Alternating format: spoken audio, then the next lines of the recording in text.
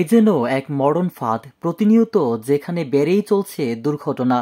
বলছিলাম ঢাকা চট্টগ্রাম মহাসড়কের গজারিয়া অংশের কথা। দুর্ঘটনায় এক বৃদ্ধের নিহতের শোক সইবার আগেই আবারও ঝরে পড়ল তাজা দুটো প্রাণ।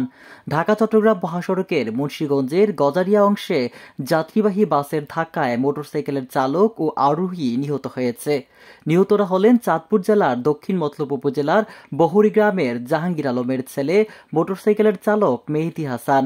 অপরজন একই গ্রামের আব্দুল মান্নানের ছেলে মোহাম্মদ মুন্না। শুক্রবার সন্ধ্যা 6:30টায় ঢাকা চট্টগ্রাম মহাসড়কের মধ্য বাউশিয়া বাসস্ট্যান্ড সংলগ্ন কুমিল্লামুখী সড়কে এ দুর্ঘটনা ঘটে। বিষয়টি নিশ্চিত করেছে ভবেরচর হাইওয়ে পুলিশ ফাঁড়ির ইনচার্জ শওকত হোসেন। তবে সাধারণ মানুষ বলছেন, দুর্ঘটনা রোধে হাইওয়ে পুলিশের তেমন কোনো ভূমিকা নেই বললেই চলে। সিএনজি, অটোরিকশা ও মোটরসাইকেল অনিয়ন্ত্রিতভাবে চলার কারণেই এমন দুর্ঘটনা হচ্ছে প্রতিনিয়ত। মুন্সিগঞ্জের গজারিয়া থেকে সুলাইমান শিকদারের রিপোর্ট, আমার বার্তা ডিজিটাল।